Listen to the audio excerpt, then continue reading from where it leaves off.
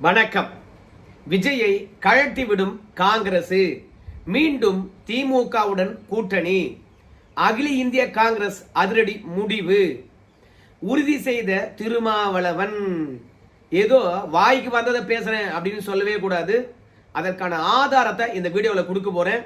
Skip பண்ணாத முழுமையா பாருங்க. ஆனா அதற்கு முன்பாக இதுவரைக்கும் நம்ம சேனலை நீங்க சப்ஸ்கிரைப் பண்ணலனா மறக்காம சப்ஸ்கிரைப் பண்ணிட்டு கொஞ்சம் சப்போர்ட் பண்ணுங்க. முதல்ல இன்னைக்கு நீட்டு ஒழிக்கணும் அப்படின்னு சொல்லிட்டு ஆர்ப்பாட்டம் நடத்தியிருக்கிறாரு திருமாவளவன். அந்த ஆர்ப்பாட்டத்தில் அவர் என்ன பேசினார் என்ற விஷயத்தை ஒரு நிமிடம் கேட்டுவிட்டு வந்து விடுங்கள். அதற்கு பிறகு விரிவாக பேசலாம். பாஜகவை காங்கிரஸால் தான் பலவீனப்படுத்த முடியும்.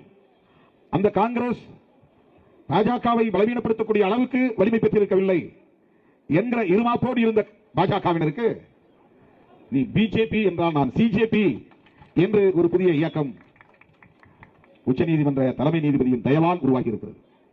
அவர் வேலையில்லாத இளைஞர்களையும் சமூக ஊடகவியலில் ஆர்வம் காட்டுகிற இளைஞர்களையும் இவர்கள் தருகிற தொல்லை தாங்க முடியவில்லை, இவர்கள் எல்லாம் கரப்பான் பூச்சிகளை போன்றவர்கள் என்று சொல்ல போய், ஆமாம் நாங்கள் கரப்பான் பூச்சிகள் தான், கரப்பான் பூச்சிகள் ஒன்று சேர்ந்தால் பாராளுமன்ற கட்டிடத்தையே புரட்டி போட முடியும் என்பதை இன்றைக்கு உறுதிப்படுத்தி காட்டியிருக்கிறார்கள். திருமாவளவன் அவர்கள் சொல்வதை நீங்க புரிஞ்சுக்கிட்டீங்களா? பாஜகவை வீழ்த்தவே முடியாது என்ற ஒரு நிலை இருந்தது. அதுலயும் காங்கிரஸால உண்மையா பாஜக வீழ்த்தவே முடியாது என்ற ஒரு நிலை இருந்தது.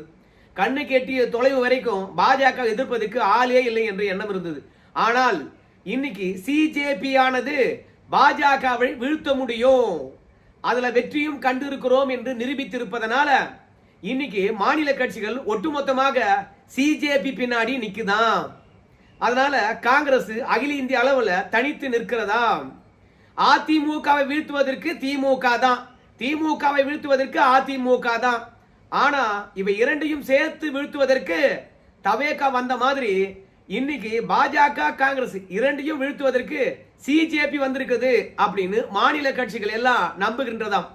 அதனால ஆம் ஆத்மி பார்ட்டி மற்றும் மம்தா பானர்ஜி, அகிலேஷ் யாதவ், சந்திரசேகர் ராவ் இப்படி மூன்றாவது அணியானது இப்போதே வலிமையாக களம் இறங்குகின்றார்களாம். காங்கிரஸ் தனித்து நிற்கிறதாம். இந்தியா கூட்டணியில ரொம்பவே வலிமையாக இருந்ததும், இரண்டாவது கம்யூனிஸ்ட் கட்சிகளையும் சரி மாநில கட்சிகளையும் சரி ஒருங்கிணைத்தது திமுக தான். ஆனா இரண்டு பேர் பயனடையக்கூடிய தவேகாவுடன் கூட்டணி வைத்தது சோனியா காந்தி அவர்கள் விரும்பவே இல்லையாம். இந்தியா கூட்டணி வலிமையா இருந்தது திமுக தலைமையில் இருக்கின்ற போதுதான். அதனால இன்னைக்கு நம்மளை பொறுத்த வரைக்கும் தவேகாவுடன் இருப்பது கட்சிக்கு லாபம் அல்ல, 2 பேருக்கு தான் லாபம். இந்த முடிவை நம்ம ராகுல் காந்தி எடுத்ததுனால சோனியா காந்தி கடுப்புல இருக்கிறாங்களாம். இப்போ சிஜேபியினுடைய வாசல்ல போய் காங்கிரஸ் நிற்க வேண்டிய நிலை ஏற்பட்டு போச்சா. அது மட்டும் கிடையாது, யாராவது காங்கிரஸ் நம்பி கூட்டணிக்கு இனிமே வருவாங்களா? வரமாட்டாங்க. அதனால மீண்டும் திமுகவை காங்கிரஸ் கூட்டணிக்கு கொண்டு வரணும். அதுக்கு திருமாவளவனை தான் பாத்தீங்கன்னா அனுப்பி வச்சிருக்கின்றார்களாம். வெற்றிகரமா முடிச்சிடணும் அப்படின்னு சோனியா காந்தி அவர்கள் சொல்லியிருக்கின்றார்களாம். சிஜேபியை பொறுத்த வரைக்கும் பாஜகவை எப்படி வீழ்த்தணும் அப்படின்ற வியூகத்தை சரியா வகுக்கின்றார்களாம். பாஜக எங்க பிடிச்சா அவங்க கீழே கவுருவாங்க என்ற விஷயமானது அவங்க நல்லாவே தெரியுதாம். அதனால தர்மேந்திர பிரதானுக்கு எதிராக நாம எத்தனை முறை போர்க்கொடி வைத்திருக்கோம். ஆனால் சிஜேபிக்கு தான் இந்த பிஜேபி அடங்கி இருக்கிறது. சிஜேபி இளைஞர் பட்டாளமா இருப்பதனாலே இந்தியா முழுவதும் அவங்களுக்கு ஆதரவு பெருகுகிறது. சோ ஏற்கனவே காங்கிரஸ் பலவீனம். இப்ப மூன்றாவது அணியாக சிஜேபி வந்தா பாஜக ஒன்னு வெற்றி பெறும், இல்ல சிஜேபி ஒன்னு வெற்றி பெறும். ஆனா காங்கிரஸ் வெற்றி பெறுமா? அதனால போட்டிய இருமுனையாக்கணும் அப்படின்னு சொல்லிட்டு சோனியா காந்தி அவர்கள் நம்ம ஸ்டாலின் கிட்ட நம்முடைய திருமாவளவன் அவர்களை பேச சொல்லியிருக்கின்றார்களாம். ஏற்கனவே திருமாவளவன் அவர்களை பொறுத்த வரைக்கும் நேத்து ஆளை விட்டு நாங்க தவேகா கூட்டணியில எப்படி இருக்கிறோம் அப்படின்ற விஷயத்த சொல்லிட்டார். என்ன சொன்னாரு? நாங்க தவேகா கூட்டணியில நெருடலுடன் தான் இருக்கிறோம், நாங்க மன இணக்கமா இல்ல, எங்களுக்கு மனக்கசப்பு இருக்கிறது அப்படின்னு தெளிவா சொல்லிட்டார்.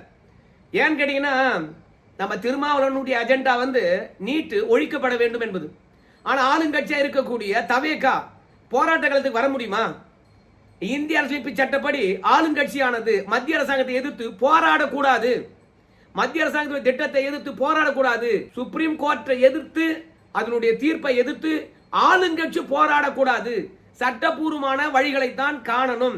அதனால இந்த நீட் எதிர்ப்பு போராட்டத்தில் கண்டிப்பா தவேகா இணையாது.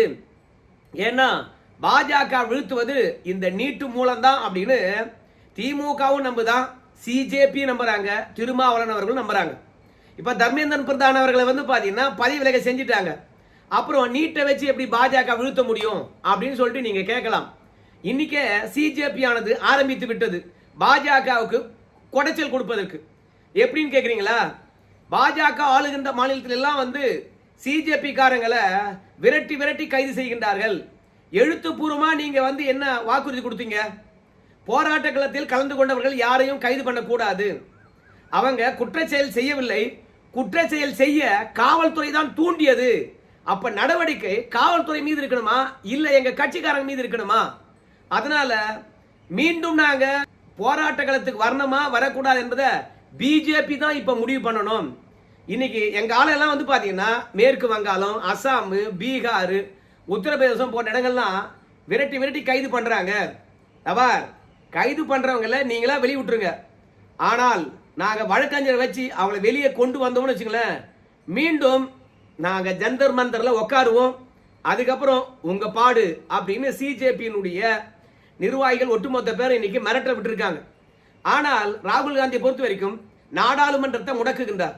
நாடாளுமன்ற வாயில வந்து பாத்தீங்கன்னா பாஜக எதிராக போராட்டம் எடுத்துக்கின்றார்கள். அந்த போராட்டம் இளைஞர் மத்தியில் பெருசா எடுபடல. ஊடகத்துல பிரேக்கிங் நியூஸ் வருது, இருந்தாலும் காங்கிரஸ் வலிமை தான் என்னன்னு தெரியுமே. காங்கிரஸ் மீது தான் நாடு முழுவதும் இருக்கின்ற மக்கள் நம்பிக்கை இழந்திருக்கின்றார்களே. மாற்று சக்தி வரமாட்டாங்களா பிஜேபி மற்றும் காங்கிரஸுக்கு எதிர அப்படி திங்க் பண்ணிட்டு இருக்காங்களே. அதனால சிஜேபிக்கு தான் ஆதரவு இருக்கிறது. அதனால தான் இன்னைக்கு சிஜேபி பற்றி யார் பேசினாலும் சரி அந்த செய்திகளை அதிகமா பார்க்கறாங்க. ரெண்டாவது, விஜய் அவர்களை பற்றி ஆதரவா பேசுற எப்படி தமிழகத்தில் நிறைய பேர் பார்க்கறாங்களோ அதே மாதிரி தான் சிஜேபி பற்றியான செய்திகள் அதிகமா மக்கள் கவனிக்கப்படுகின்ற ஒன்றா இருக்குது. அதனால காங்கிரஸ் ஆடி போய் இருக்கிறது. திமுகவுடன் கூட்டணி வச்சிட்டோம்னா மீண்டும் ஒவ்வொரு கட்சியாக காங்கிரஸ் தலைமையை ஏற்றுக்கொண்டு கூட்டணிக்கு வரும் என்று நினைக்கின்றார்கள். அதனால ஸ்டாலின் அவர்களை சமாதானப்படுத்துகின்ற ஒரு நிகழ்வில் இறங்கி இருக்கிறாங்க திருமாவளவன் அவர்களை வச்சு. இப்ப சிஜேபியினுடைய அடுத்த இலக்கு கைதானவர்களை விடுவிக்க வேண்டும். ஆனா பிஜேபி என்ன சொல்றாங்க கேட்டீங்கன்னா, பாருங்க வீடியோ ஆதாரத்தை காட்டும், யாரை கைது செய்கின்றோம் என்பதை உற்று நோக்குங்க. ஒன்னு வன்முறையில ஈடுபட்டவங்க, பெண்களுக்கு எதிரான குற்றம் செய்தவர்கள், கூட்டத்தை பயன்படுத்தி கொண்டு செய்தியாளர்களை தாக்கினவங்க, பெண் செய்தியாளர்கள் மீது பாலியல் ரீதியாக துன்புறுத்தல் செய்தவங்க, பிரிவினைவாதிகள், பயங்கரவாதிகள், அவங்கள தான் நாங்க கைது பண்றோம், காட்சிகளை பார்த்துக்குங்க அப்படின்னு சொல்லிட்டு. ஒருவேளை காவல்துறை தப்பு பண்ணியிருந்தா அதே சிசிடிவி காட்சி மூலமாக நீங்க கொடுங்க, நாங்க அவங்க மீது நடவடிக்கை எடுக்கிறோம் அப்படின்னு சொல்லிட்டு இப்போ காவல்துறை அதிகாரி மீதும் நடவடிக்கை எடுத்திருக்குது பாஜக. அப்போ சிஜேபி என்ன கோரிக்கை வைக்குதோ அதை காது கொடுத்து கேக்குது பாஜக. அப்போ இந்த சிஜேபியால பாஜக வீழ்த்த முடியும் என்று பாஜகவே நம்புது. அதனால தான் கோரிக்கை வைத்த உடனே பாஜக கிட்ட இருந்து ரிப்ளை வருது.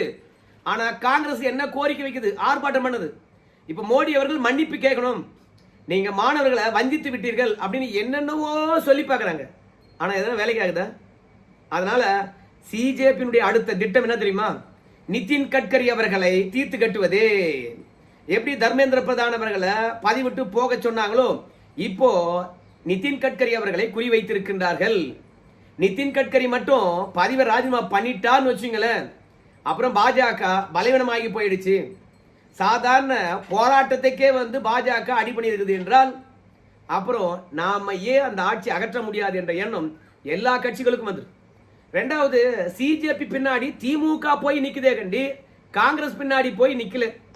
அதனால திமுகவை காங்கிரஸ் கூட்டணி கொண்டு வரணும், தவேகாவுடன் கூட்டணி வேண்டாம், ஒரு மாநிலத்தை அடிப்படை வச்சு தயவு செய்து வேண்டாம் அப்படின்னு சொல்லிட்டு தென் மாநிலங்கள்ல நாம வந்து வலுவா தான் இருக்கணும். கர்நாடகாவில் ஆட்சியில் இருக்கிறாங்க, கேரளாவிலும் ஆட்சியில் இருக்காங்க, தெலுங்கானா மற்றும் ஆந்திராவில் வலிமையா தான் இருக்கிறாங்க. அங்க பாஜகவுக்கு தலைமே இல்லை அப்படின்னு நம்புது. அதனால எப்படி போனாலும் சரி தென் மாநிலங்கள்ல எப்பேற்பட்ட கஷ்டமான சூழ்நிலையா இருந்தாலும் சரி நம்ம 150க்கு 124 இடங்கள் நம்ம வெற்றி பெற்று இருக்கிறோம். அதனால தென் மாநிலங்கள்ல நம்ம தவேகாவுடன் இருந்தாதான் நமக்கு ஒரு எம்பிக்கள் கிடைக்கும் என்றெல்லாம் இல்லை. அதனால வட இந்தியாவை ஸ்ட்ரென்தன் பண்ணணும். அதனால திமுகவை கூட்டணியை கூட்டுவாங்க அப்படின்னு சோனியா காந்தி அவர்கள் சொல்லியிருக்கின்றார்களாம். தர்மேந்திர பிரதானை பொறுத்த வரைக்கும் பதிவை ராஜினாமா பண்ணது இந்திய அரசியல்ல பெரிய மாற்றத்தை ஏற்படுத்தியிருக்குது. விஜய் அவர்களுக்கும் வேட்டு வச்சிருக்குது. காங்கிரஸ் தன்னுடைய கூட்டணியை ரீஅலைன்மெண்ட் பண்றதுக்கான தருணம் வந்திருக்கிறது. அது என்னப்பா நிதின் கட்கரி அவர்களை குறி வைத்திருக்கின்றார்கள் என்று சொன்னீங்க அப்படின்னு கேக்குறீங்களா? E20 மிகப்பெரிய கார்ட்டூன் எல்லாம் வரைந்து நிதின் கட்கரி அவர்களை சம்பந்தப்படுத்தி இப்போ E20 மூமெண்ட் என்ற ஒரு மூமெண்ட்டை அதே ட்விட்டர்ல வந்து பாத்தீங்கன்னா தொடங்கி இருக்கின்றார்கள். ஏன்னா எத்தனால் 20% பெட்ரோல்ல கலக்குறாங்க. ஆனா வாகனங்களுடைய எந்திரமானது பழுதாகிறது என்று சொல்றாங்க. ஸோ ஒன்று பெட்ரோல் டீசல் விலையை குறைக்கணும். இன்னைக்கு பெட்ரோல் டீசல் விலையானது உயர்ந்திருக்குது. நீங்க சர்வதேச நிலைமையை கருத்துல கொள்றீங்க, ஓகே தான். ஆனா குருடாயினுடைய விலையானது குறைகின்ற போது எண்ணெய் நிறுவனங்கள் விலையை குறைச்சிருக்காங்களா? இல்லை. ஆனா ஏத்தன போது ஏன் ஏத்துறீங்க? அதனால இந்த E20 ஆனது ஒருபோதும் தீர்வு இல்லை அப்படின்னு சொல்லிட்டு நிதின் கட்கரி அவர்களை குறிவைத்து போராட்ட களத்துக்கு வர போறாங்க. ஏற்கனவே சிஜேபியை பொறுத்த வரைக்கும் எங்களுடைய அமைப்பை அப்படியே கட்சியாக மாற்ற போறோம்.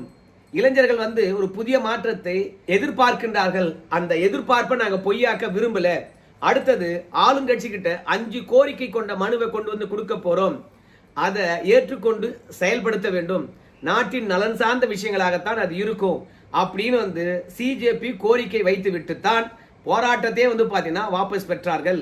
அதனால என்னை பொறுத்த வரைக்கும் சிஜேபி என்ற ஒரு கட்சி தொடங்கினாங்கன்னா பாஜகவுக்கு கொண்டாட்டம் தான். ஏன்னா பாஜகவுக்கு எதிராக இருக்கக்கூடிய வாக்குகள் 2ஆ பிரியும். ஆனா சிஜேபி நாடு முழுதும் வெற்றி பெறுமா, நாடு முழுதும் அமைப்பு உருவாகுமா அப்படிலாம் நமக்கு தெரியல. நம்ம நாடு ஒன்றும் சின்னது கிடையாது. ஒவ்வொரு மாநிலத்துக்கும் ஒவ்வொரு கலாச்சாரம் இருக்குது. அதனால சிஜேபிக்கு டெல்லியில் கிடைக்கின்ற ஆதரவு எல்லா மாநிலத்திலும் கிடைக்கும் அப்படின்னு சொல்ல முடியாது. கிட்டத்தட்ட பாஜக மற்றும் காங்கிரஸ் எத்தனை ஆண்டு காலமா இருக்குது. எல்லா மாநிலத்திலையும் ஆட்சியை பிடிக்க முடியுதா? கூட்டணியுடன் தான் ஆட்சியை பிடிக்க முடியுது. ஆனா புதுசா வருகின்ற கட்சி வாக்குகளை பிரிக்கலாம். ஆனா ஒருபோதும் சரி இந்தியா முழுவதும் வெற்றி பெற வாய்ப்பே இல்லை. வரலாற்று உண்மையானது அதை தெளிவுபடுத்தியிருக்கு. ஆம் ஆத்மி பார்ட்டியானது சில இடங்கள்ல பாஜகவுக்கு தாக்கத்தை ஏற்படுத்தியது, காங்கிரசுக்கு அழிவை ஏற்படுத்தியது. ஆனா நாடு முழுவதும் காங்கிரஸ் பாஜக எதிராக ஆம் ஆத்மி பார்ட்டியால ஜொலிக்க முடிஞ்சுதா? ஆம் ஆத்மி பார்ட்டியாலேயே ஜொலிக்க முடியலன்னா இப்ப வந்திருக்கின்ற கரப்பான் பூச்சி ஜனதா கட்சியால இந்தியா முழுவதும் பாஜகவுக்கு டேமேஜை உண்டு பண்ண முடியுமா? நிச்சயமா உண்டு பண்ண முடியாது. தமிழ்நாட்டில் ஒரு கட்சி வந்து அரசியல் மாற்றத்தை ஏற்படுத்தியிருக்கும் போது இந்தியா முழுவதும் ஏன் மாற்றத்தை ஏற்படுத்த முடியாது அப்படின்னு சொல்லுகின்ற போது ஒரு மாநிலத்தில் இருக்கக்கூடிய மக்கள் ஒரே சிந்தனை கொண்டவங்களா இருப்பாங்க, ஒரே கலாச்சாரம் ஒரே மொழியை கொண்டவங்களா இருப்பாங்க. அதனால நம்ம விஜயை பொறுத்த வரைக்கும் தமிழ்நாட்டுக்கு தான் ஹீரோ. தமிழ்நாட்டில் அவரை பிடிக்காதவங்க யார் இருக்க போறாங்க, தெரியாதவங்க யார் இருக்க போறாங்க, அவருக்கு இருக்கின்ற செல்வாக்கு பற்றி யாருக்காவது தெரியாம இருந்ததா? அதனால தமிழ்நாட்டில் ஏற்பட்ட மாற்றம் அகில இந்தியா முழுவதும் சிஜேபியால உருவாக்க முடியாது. ஆனால் காங்கிரஸை அழிக்க முடியும்.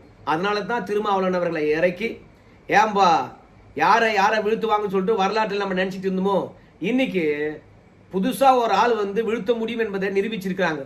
காங்கிரஸால வீழ்த்த முடியாது என்ற நிலை ஏற்பட்டு போச்சு.